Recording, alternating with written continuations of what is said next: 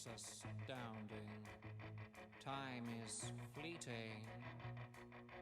Madness takes its toll. But listen closely.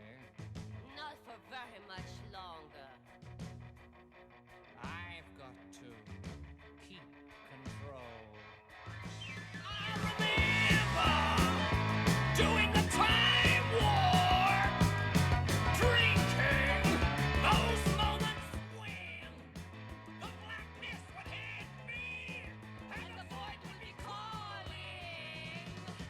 Let's do the time war again.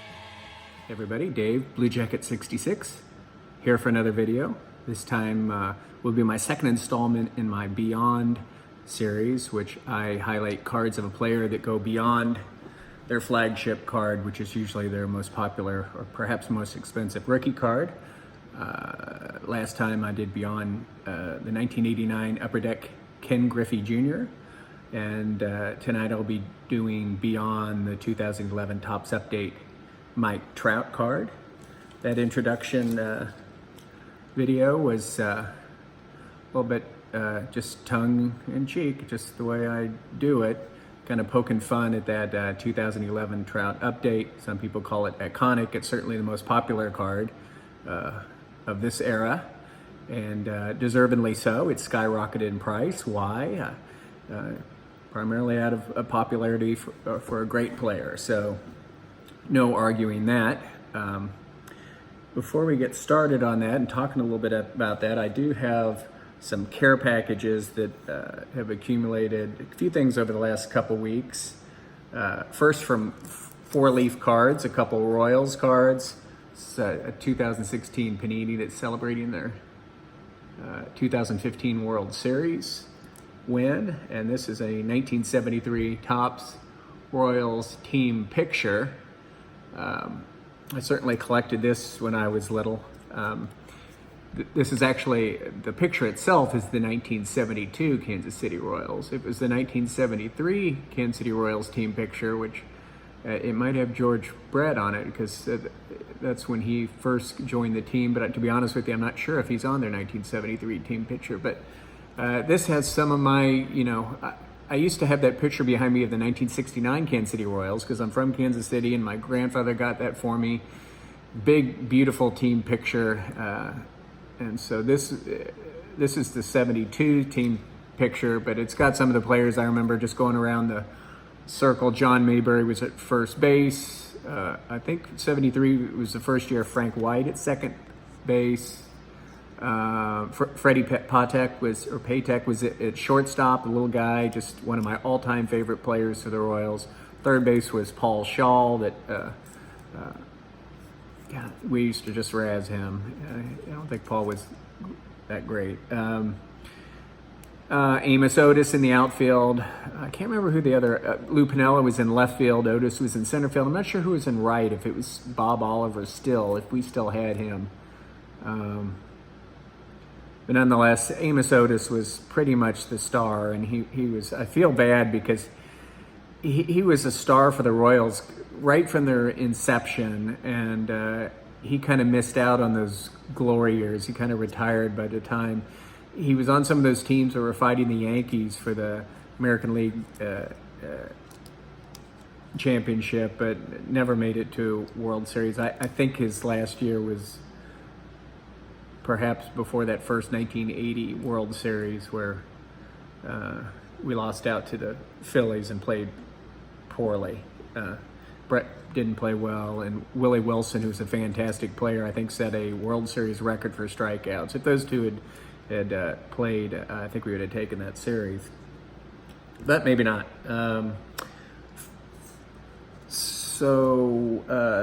Dustin and Blake, just yesterday, couple cards from them. It's a Brett. This is 84 Topps. It's a nice card. It's a nice image too. I think this is the 94 Topps. 93 Topps. And Cooperstown Panini or modern card. So thank you guys for that. Abel in Vegas sent my son some really cool gaming cards that he collects.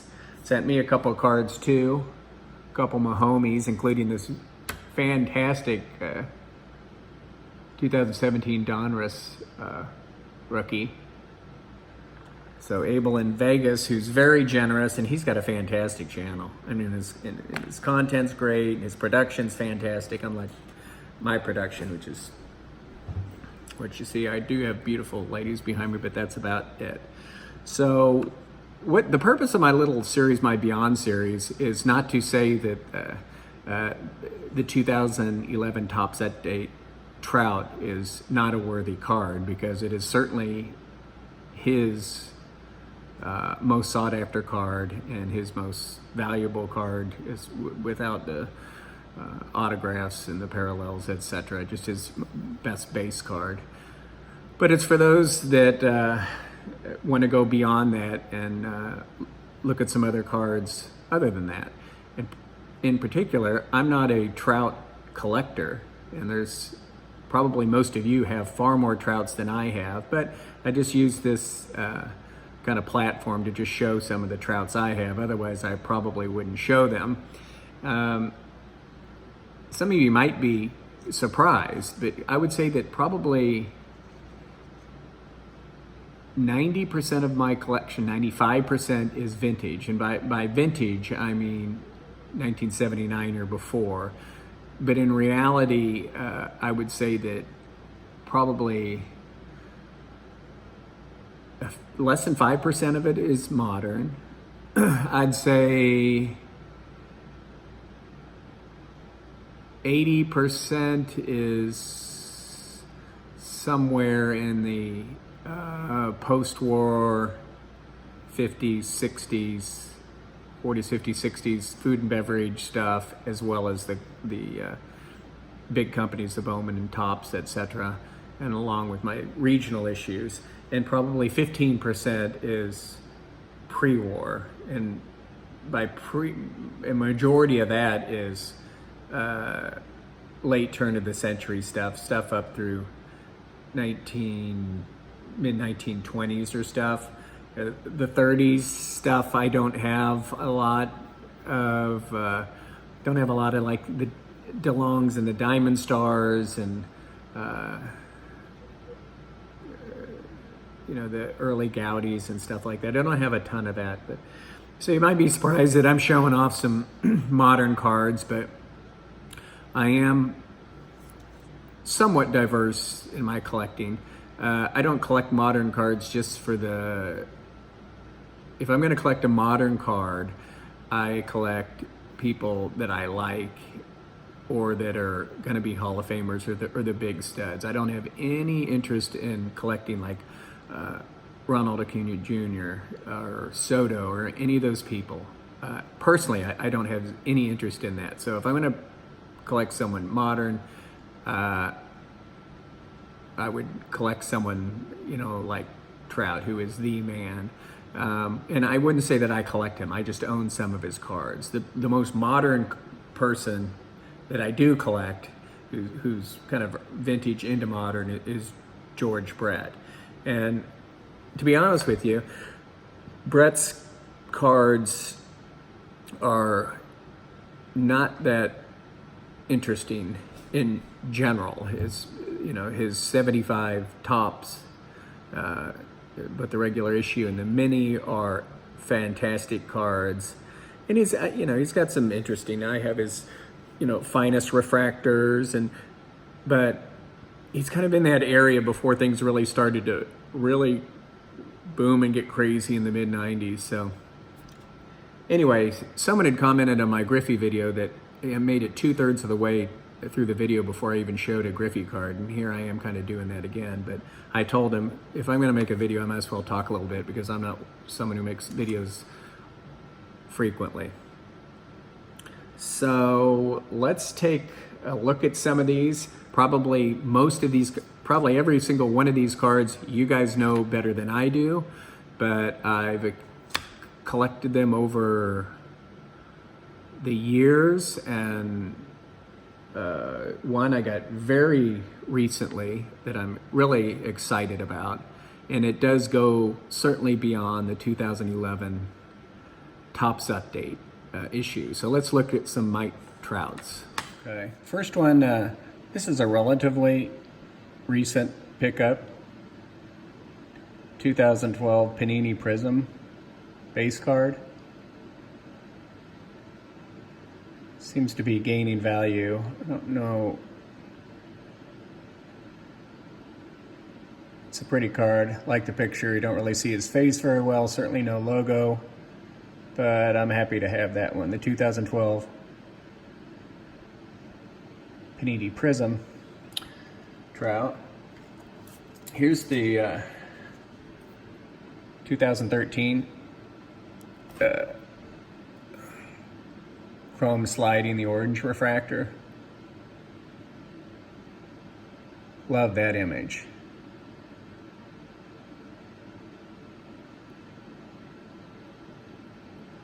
A lot of glare here, but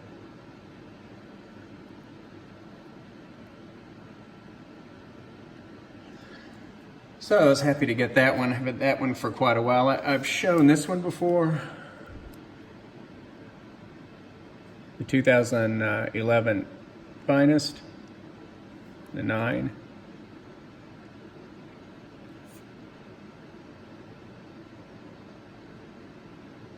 It's a pretty card.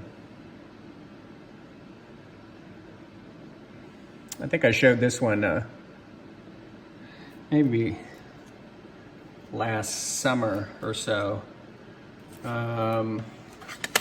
Around that time, I probably showed this one, the 2013 blue refractor. Again, I guess when I was buying these Trouts, I was, again, looking for image. I pretty much just buy cards that I want and that appeal to me, and that I want part of my collection. I pass on a lot of cards, whether it's Mantle or Mathewson, because I don't like the image and it just doesn't appeal to me that much. So it's a really beautiful card there. Here's one I really like, the 2012 Topps update, the gold sparkle parallel. I have this in a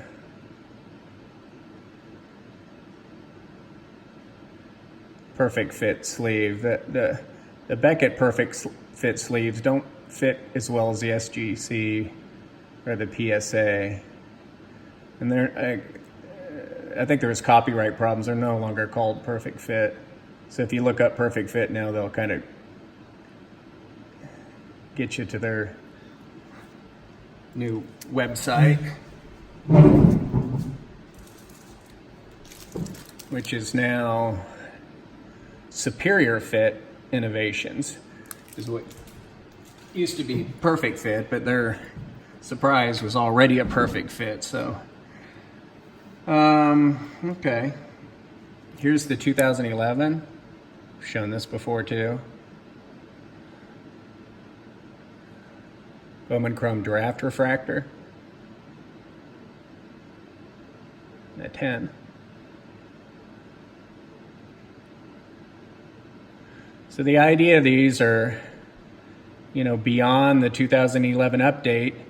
So are you probably asking, do I have a 2011 base update?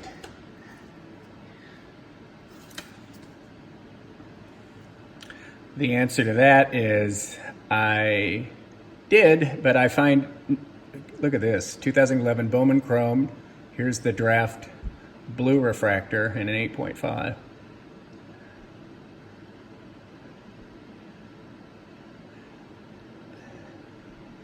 But that base, the update, it just doesn't appeal to me. It's not a card that I feel like I have to have or need in my collection. And so guess what? It doesn't exist in my collection. Here's a good one. 2011 Bowman Sterling rookie refractor.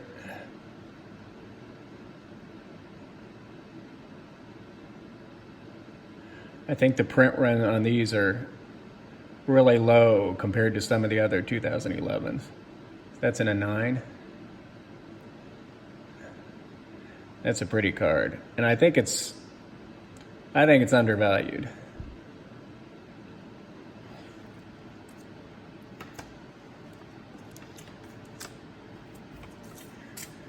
Cool card here, up and coming, the 2011 Bowman's Best, the Prospects. This is the X-Fractor. I think this one's numbered to 25. So 2011 Bowman's Best Prospects, the X-Fractor, numbered to 25.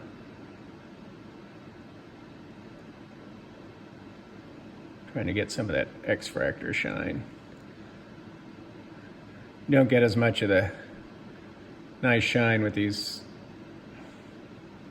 sleeves, but very proud to have that one. Okay, we'll show one more. Do I have more? Yeah, I have a few more. I'm just showing these ones that I have here that are interesting. I'm really happy to get this one. This one is numbered to 100, and you just don't see these very often, and that's why I grabbed this one. I paid up for it, but it's the 2013 Fleer Precious Metal Gems, the red, numbered to 100.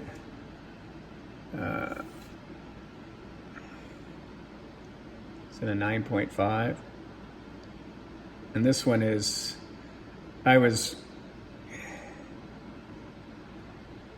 absolutely thrilled to have this one. I'm not a modern guy, so when I was thinking about this one, I texted Filmington because a 10 was up for sale, and I kind of wanted to see what that would go for, and it went for almost $4,000, and I didn't bid on it. I kind of wanted to see where it was going to go. It was in a PWCC, so I try not to bid in theirs, or I try not to. But anyway, so I saw this one, and anyway, I went back and forth with the guy on it, and I ended up getting it for less than half. This is a BGS 9.5. It's got 9.5 centering, 9.5 edges, 9.5 surface. Corners are a 9, and I got it for less than half of what that 10 went for. I was really happy to get that at that price, and you just don't see these very often. And it's certainly a way of going beyond the 2011 Topps update. It's to find something that I paid far less for that you rarely see. So that's about it, except for one more I have sitting here. And this card is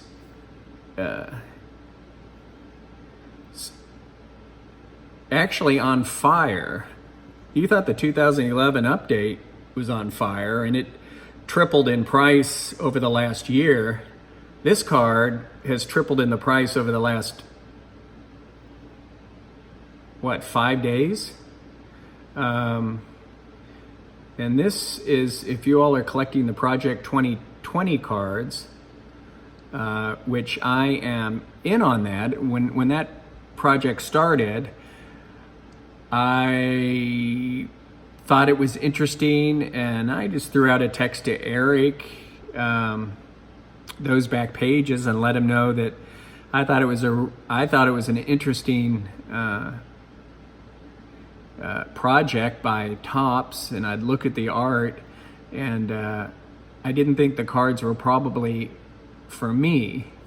They're baseball cards, but they're art cards too. And the thing about art is it's in the eye of the beholder. If you go in the Metropolitan Museum of Art or the Chicago Art Institute, you'll see people standing in front of things that I scratch my head at, and I'm standing in front of things that they may be scratching their head at. And that's the fabulous thing about art.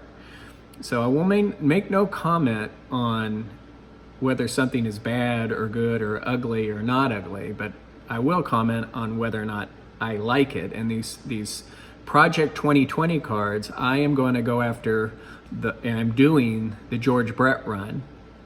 If you guys don't know what the Topps Project 2020 is, I'm sure you all do, but if you don't, go to Topps.com or read the thread, the enormous thread on Blowout about it. The whole thing's fascinating, and I think I'm going to do a video on it. It will just be my point of view type of video, not an informative education video. CardiC, C-A-R-D-I-C, did a fantastic video a few days ago on the project and how these things are freaking exploding. And when things explode, even if it's not going to last long, it's fun. It's really fun. And it's really fun, and it makes me smile and makes me laugh and makes me shrug my shoulders when I read people on these forums commenting on these Project 2020 cards, and they're just like going crazy. And Alan Greenspan in the mid to late 90s describing the stock market said there was an irrational exuberance, and there is one in this. There's no doubt about it. But who cares?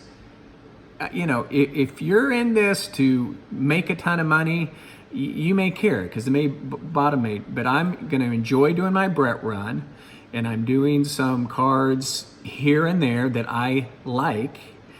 Some of the Griffies. My favorite artists are Gregory Siff and I think is it Jason Beck?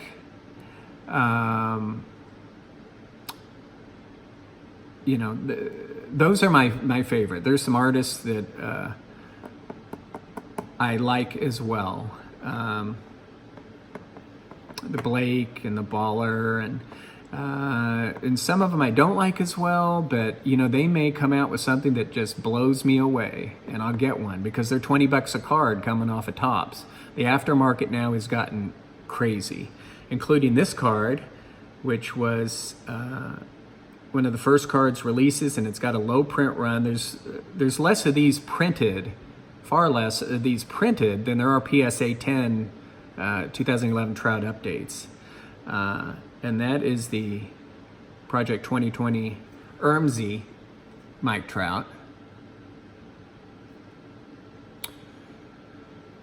And so this card, was for $20 when it was released. And these cards are released for 48 hours. And then that's how many were ordered, that's how many they made them. So I don't know what the print run is this. It's something like 2,800, something like that. Total. Gone. That's it. And 20 artists' proofs. So when I got this, I got it late to the game. But I wanted to get the card, and so I paid, to be honest with you, I paid a few $100, a couple $100, that's a lot of money for a card, especially when, not long before that, you could have bought it online for $20. When I bought this card on eBay for that amount, by the time I went to bed that night, it was a $500 to $600 card. By the time that this gentleman who sent this to me, and he did honor the sale, because he could have just said, wait a minute, this thing's going up, I'm not sending it to this bozo, when it just went up $300 from 3 hours ago. But after he got it in the mail to me, within a day, it was a $1,000 card. And within 2 more days, it was a $2,000 card. And now it's nearly a $3,000 card. And it is what it is. This card may not always be a $3,000 card. Topps Update Trout may not always be a $3,000 card. It may be a $10,000 card, and this may be a $20 card, and I don't know. And you know what? Nobody knows. And you can talk about the dot-com bubble and Beanie Babies and daffodils and tulips, and nobody knows what's going to happen. So what I'm doing is I try to get in as early as I can, and I want to do my Brett run, and I bought some Griffey's and a McGuire, and I don't have, but there's a lot of superstars and Hall of Famers, in the set. So if one pops up that I love it, I'm going to go for it. I'll pay the $20. Will I be in on some of these others and pay up on the secondary market? Maybe, but right now I think I'm pretty much set. So here's the Ermsey Trout, which is the last thing I'll be showing you tonight. And I think I will be doing a video on the Project 2020 just to give kind of my non-expertise perspective on it that I think may be worth something. So I'm going to do a couple more Beyonds. I think I'm going to do a Beyond Michael Jordan, maybe a Beyond LeBron James. We will see. So stay safe out there. Happy collecting. It's Blue Jacket 66, and I'll talk to you later.